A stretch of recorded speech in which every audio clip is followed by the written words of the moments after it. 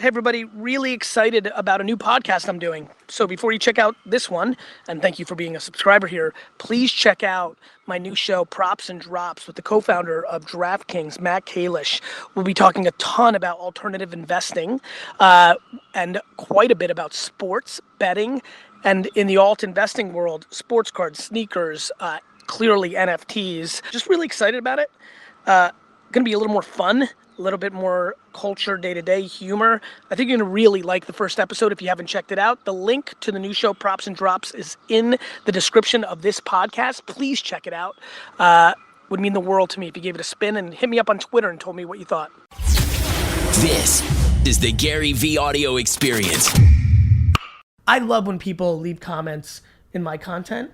They literally leave comments like cocaine, Ritalin, they do that. And I very much understand it because there's a lot of energy behind it. But what's really fascinating to me, and I see it in you, and I see it in a lot of other people, there is nothing that gets people into more of that state than gratitude and perspective and accountability, all these things. Podcast, what's up? It's Gary Vaynerchuk. Conversation with this extremely fine young man named Jay. I met Jay, let's talk about perseverance. Met Jay almost 2 years ago, maybe about 2 years ago. Really blew me away. We were introduced by a mutual friend. Incredible story. I was captivated. Lately I've been thinking about making documentaries, films, and television in my next chapter of my career. As I realized I went from retailer, and then I'm like, wait a minute, I'm not a retailer, I'm a marketer. And recently I've realized, wait a minute, very similar to the transition I made from the wine business to VaynerMedia. I'm like, wait a minute, I'm not a marketer, I'm a storyteller. And one of the times I most remember sitting with somebody, I'm like, this is a fucking movie, was with this gentleman. So Jay, why don't you introduce yourself to the Vayner Nation, and I've got a couple more things to talk about and some questions, and we'll rock and roll. Gary, it's an honor to be here. It was actually October 18th, 2017. So nailed it. Yeah, October 18th, nice. 2017. Nice. And I remember that day. I walked into the office, and I actually had no idea who you were. Yeah, I remember we were introduced by a mutual friend. I looked it up on my phone. On the way here? You were, Yeah. And I saw this line outside of all these people. And I was like, all right, who's this guy? So I walked in, and I said, the outcome for this meeting I want. And you sat back, and you said, you have an 85% chance of accomplishing this. And I thought you had said at the time, you have an 80% chance of not accomplishing. So I stood up on my seat and said, no, brother, I'm going to get this. And you said, Jay, just relax. Yeah. And it was at that point, I always say I have three main points in my life where I went through. I say a little bit of my background is I'm known as a trainer. I've coached the NFL, Major League Baseball, helped build the bodies for, some like the Kevin Loves, the J Lo's, the 50 Cents. And it's been a long ride, but I always say I've been through the worst of times to give people the best of times. And there was three pinnacle times in my life that really I was, sexually abused by my neighbor from 6 to 9. And then I was an athlete at the University of Arkansas. I was a long jumper, broke my spine. Doctor said I'll never walk again. Went through 16 major surgeries to build it back together. And then went through a major divorce and then went bankrupt. And I'll never forget, it was July 7th, 2017. I was sitting in the hospital and I said, this is not going to define who I am. And I remember you asked me three poignant questions. You said, what's the minimum amount of money I need to make? What's the fame I'm looking to achieve?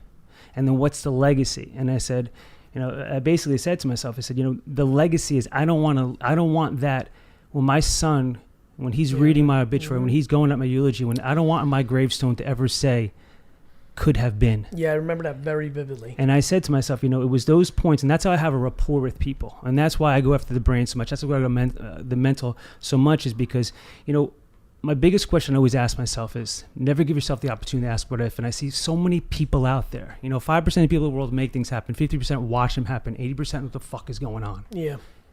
And we all have the answers to the test. And the answers come right before we die. And as you pointedly mentioned, it's the regret that's the biggest poison that 100%. Kills a man. And what happens is that I told myself, when I was poor, and I was actually homeless at the time when I came to meet you. I was fucking homeless. And you're like, but are you on drugs? I was like, no, brother, I am homeless. I could barely pay my rent. And if I don't make this payment, I skip seeing my son. I'll never forget his school day just to come see you. And I stood outside, I was telling a fiance on the way here, I was like, for 2 years, I waited outside your door. I sat out there and said, just give me a chance, because I know it's not about, hey, look at me. It's that there's people sitting in the back of the classroom I can relate to. There's people who,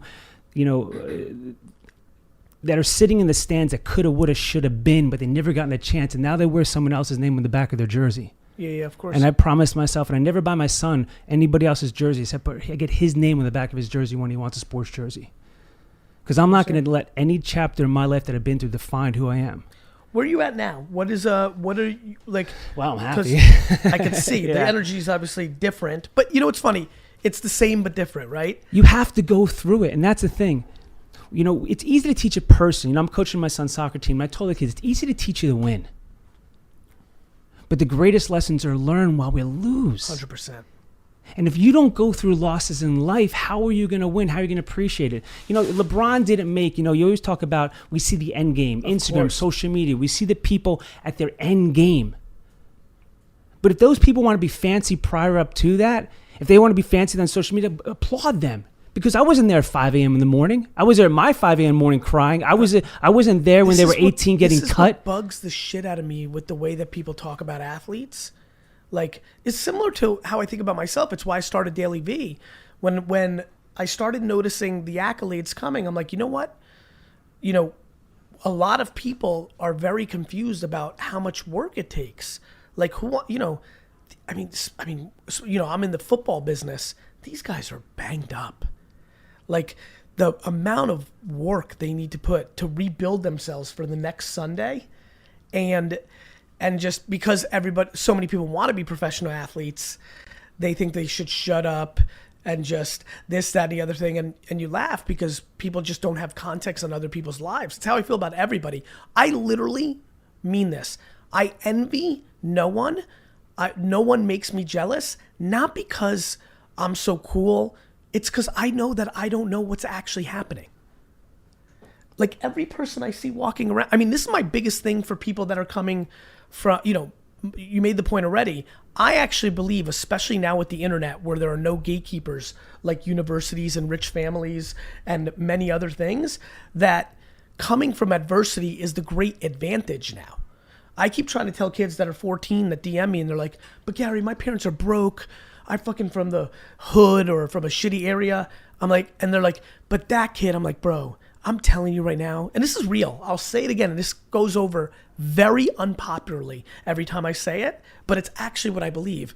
You show me an 18-year-old right now in Malibu driving an open-top Mercedes, and you show me some kid working at Chick-fil-A in South Carolina, and I swear on all I've got, I think the Chick-fil-A kid's happier. 100%. With all I've got, I believe 100%. It. I do not think people understand how deeply unhappy people that are privileged are at a youth level in today's current society. You could sell me on 1954. I think there were different dynamics. But right now, and we see it with the USC, scandal, and I see it because I read the thousands of DMs I get. Like, people are deeply unhappy. They're in drug culture. They're in depression culture because they have too much, not because they have too little. And ultimately, it's because their parents are innuendoing to them that they're not capable without their help, which makes them feel not in control. No different that when somebody feels the government or a company or social media is in control. Like, this thought of giving, one thing that resonated to me when we had that long convo when we first met is I remember in some of the, toughness that you were going through, I still remember this very vividly. And let me phrase, it just recalled as you were talking. I'm in love with people that actually feel confident that nobody else is in control. Like, even in the adversity of a tough divorce, which you were in the mix at that point, I still had the inkling of accountability and not feeling like somebody else was in control, which gave me complete positive mindset that you were going to come out on the other end. The people that don't come out on the other end of adversity are the ones that have succumbed to believe that somebody else controls the outcome. You're 100% right. And I always say, each one of those points, those 3 points, I have gratitude. Without that happening when I was young, I wouldn't be the man I am today. Without breaking my spine, I wouldn't be the man I am today. Without going through that, I would never have been my son's hero. How old are you now? 46. God, so young. You look great, too. You look even better than the last time I saw you. Well, I gained 25 pounds. You met me, I was just about 148. Mm-hmm. it's those times that we all have to go through. Talk to me. I apologize for interrupting. No. Talk to me about professionally what's going on. Because, we ran into each other at Steph's party, and I was like, let's finally do this. This has been hanging on my chest. When you came in, I was like, Tyler was so pumped. It's a really tricky life, it's amazing. Somebody asked me a question yesterday. Gary, what's the biggest mistake you made, at this conference? And I said, when you are drinking out of a fire hose, when you're crippled by opportunity, and when you're trying to do everything, there's so many things that happen. I think about you, and then I think about 25 other people, whether they are some of the fanciest peoples in the world, whether they're former employees, whether they're people that I met like you, where a dinner was set up, a podcast was set up, whatever it was set up, and the serendipity of life. One of the things that people don't understand about my life is I actually run this company. The Gary V thing is a byproduct of a lot of smart production and understanding. So, for example, I remember the second time I had to cancel this podcast with you, I was very committed to doing it because you're very good at, sometimes you'll cancel something and the person just stays quiet because they're, to your point, they're in the back of the classroom, or their feelings get hurt. They think I'm canceling on them because I'm trying to big time them or I don't care. What they don't realize, and I remember this vividly, the second time was my Budweiser client called me in and was like, if you don't show up for this meeting, you got a big problem. Yeah. So everybody's got a boss. I have 1,000 of them because I have 1,000 employees and 1,000 clients. And so, I remember that vividly, and I always think about serendipity. But what's really interesting is I want to spend a few minutes because it'll be good for the audience, but it's more importantly, I'm almost being selfish. Where are you professionally? Like, what are you up to? Sure. So what are you doing? So one of the things that I'm focused on now is I've taken everything that I've went through and developed a platform program where I'm able to tap into the subconscious people using neurolinguistic programming, NLP. And I put together a program, developed it, sold it off to Mount Sinai, and now my fiance and I, Cindy, that's Cindy Barship, we're developing a health and wellness optimization platform and programming, a brick and mortar up on the Upper East Side, where we're going to give people the opportunity to take the thought process out of health and wellness, which is one of the biggest things. There's so much BS out there. We have dietitians that don't agree, doctors don't agree. Brick and mortar, I apologize. So people walk in on the Upper East Side, you walk in and what happens? We get blood analytics. We go after the most imperative thing, which is sleep. We don't focus on that enough, and that's one of the biggest things in health and wellness. I see that when I go talk to sports teams. They're like, how do I diet? How do this? And I'm like, how do you sleep? You know what's really funny about this, Jay, that you brought this up? And I use every opportunity to bring it up. So I had Ariana Huffington on my vlog 3 years ago. Mm-hmm. So many people, especially, it's funny. In 2009, when I wrote Crush It, because I wrote it in 2008, we were coming out of a real economic downturn.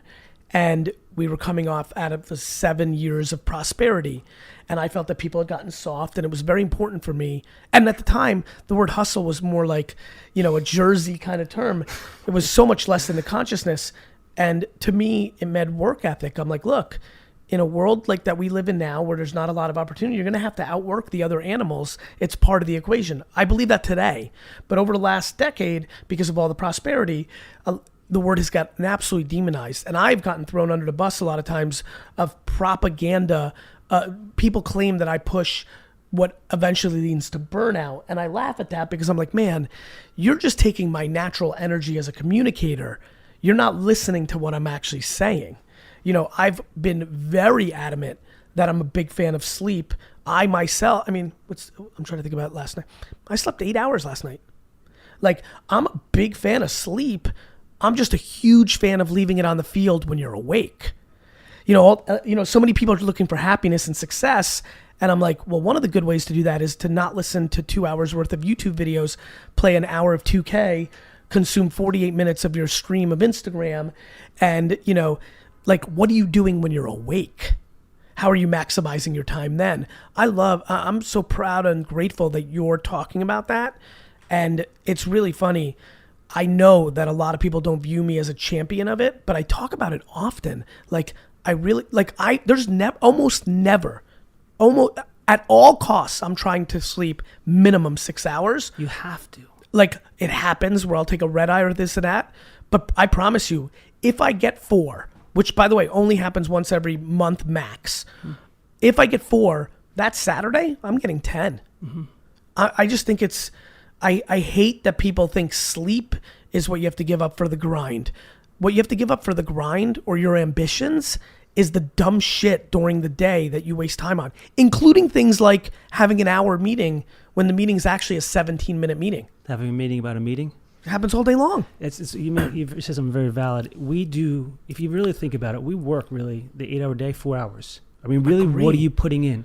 And it's when you wake up to when you go to bed. And that's why I always say, start off your day with what I call 8 minutes of power. I do my incantation, my gratitude, my reflection. I do 100 push-ups, and then I take a cold shower because I have to have preparation for my day. You go to the games, and you see the athletes warm up hour and a half prior to the game. They're warming up for work. When do we do that? And then I exhaust myself as hard as I can throughout the day.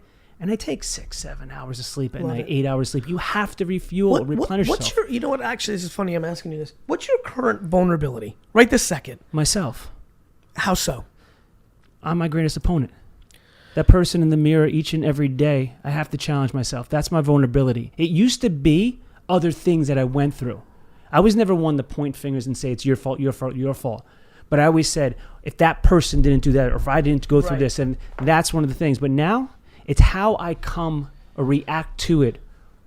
So if something happens to me... How much are you addicted to accountability? 100%. Yeah. Everything in my life is my fault. Yeah, It's self-awareness. I really believe that we have to make accountability cool, and that I'm starting to believe, and I've been throwing it out there, I'm starting to believe that if we make accountability cool in the same way that we view being politically woke, in the same way in entrepreneurship that we view the grind, in the same way that we view watches, in the same way that we view activism and giving back, all these things that I just mentioned, a decade ago, not cool.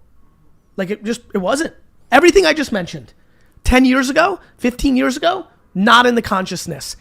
I believe if we make accountability super cool, it will lead to enormous amounts of happiness. You would end water cooler talk. You would end the people calling up and trying to find a friend just so they agree to them while they're complaining.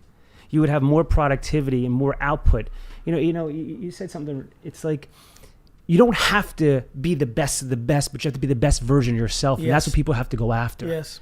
And when you hold yourself accountable, you are putting forth the best version of yourself. Jay, knowing this audience will map well to you, this is just me now being kind because I like you.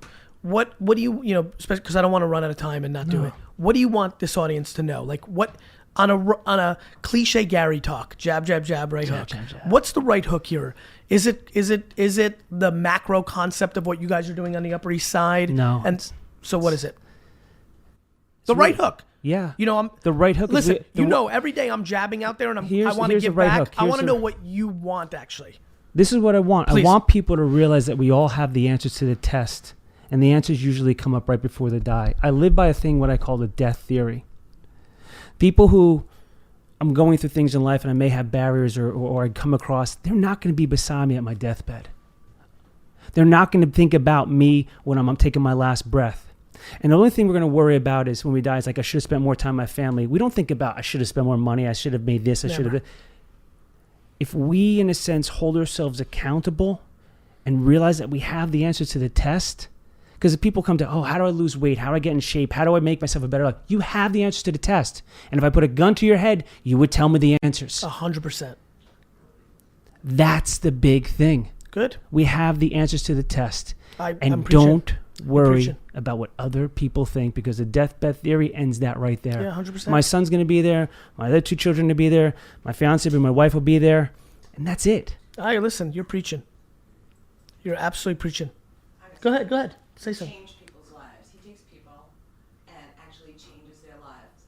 If they're down, they're in addiction, or they want to be something, he literally changes their lives. They say you saved my life. I believe it. That's. And let me tell you why I believe that. Jay, like me, like many other people, both on the good side and the bad side of history, it's just because he's a great communicator.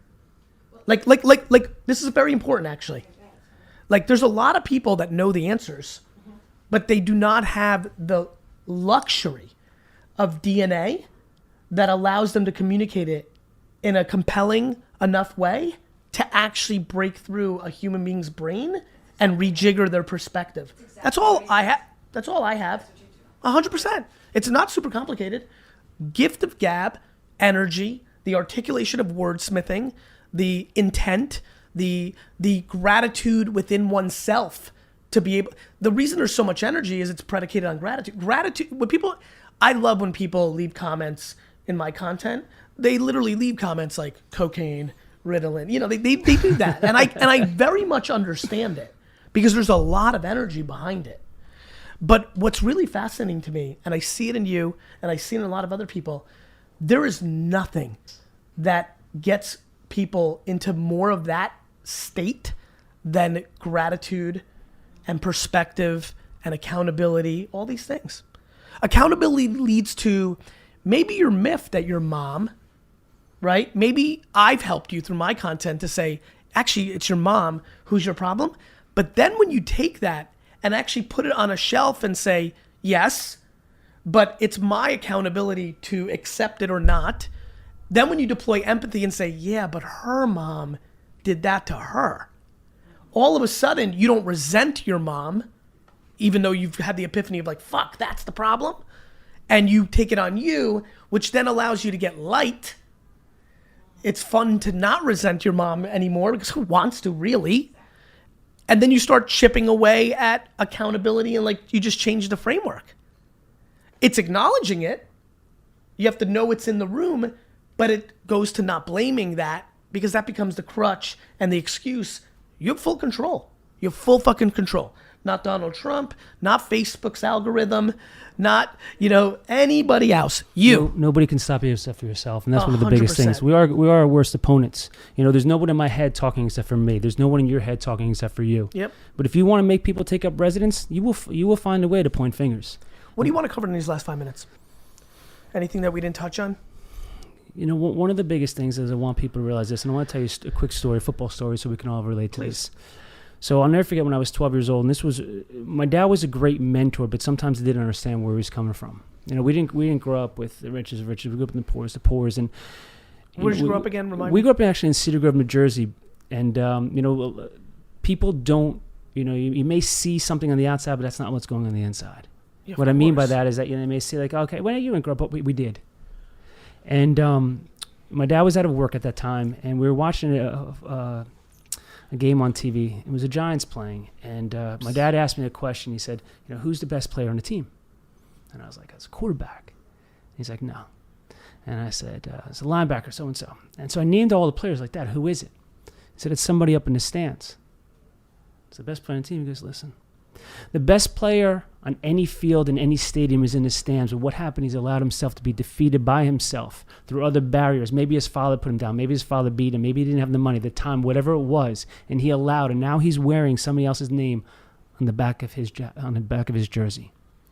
And now he's a fan clapping for somebody when he should have been clapping for himself. And I was, that's a tremendous perspective play by your dad because, I agree with that completely. And then we don't have to have a grass field or play. Our play could be our desk. Our play could be the Little League. Our play could be, working at home. It could be just being a parent or whatever it is. But you have to be that quarterback of your life. You have to be the one calling the plays and throwing, calling the audibles when you see things changing. Well, the biggest part about that is, if everybody who's listening who has a smartphone actually has a field now. 100%. That's what's so different. So much of what I talk about actually is not valid prior to the internet. I really mean this. This is why I really, really desperately hope that heaven can watch everything, because I think so much of what I'm trying to put out, others has people struggle with because they don't understand the context of the internet being at scale only after 20 years, 25 years of its modern kind of formation. Obviously, the internet was around before and it was the military. But listen, for everybody listening, the internet's really a 1994, 1993, 1995 thing. That's when it kind of started, And really it wasn't until like early 2000 that you started getting even kind of a oomph of people on. And now we're at a place where everyone's on. at least in, modern civilization. And like, it's a big deal.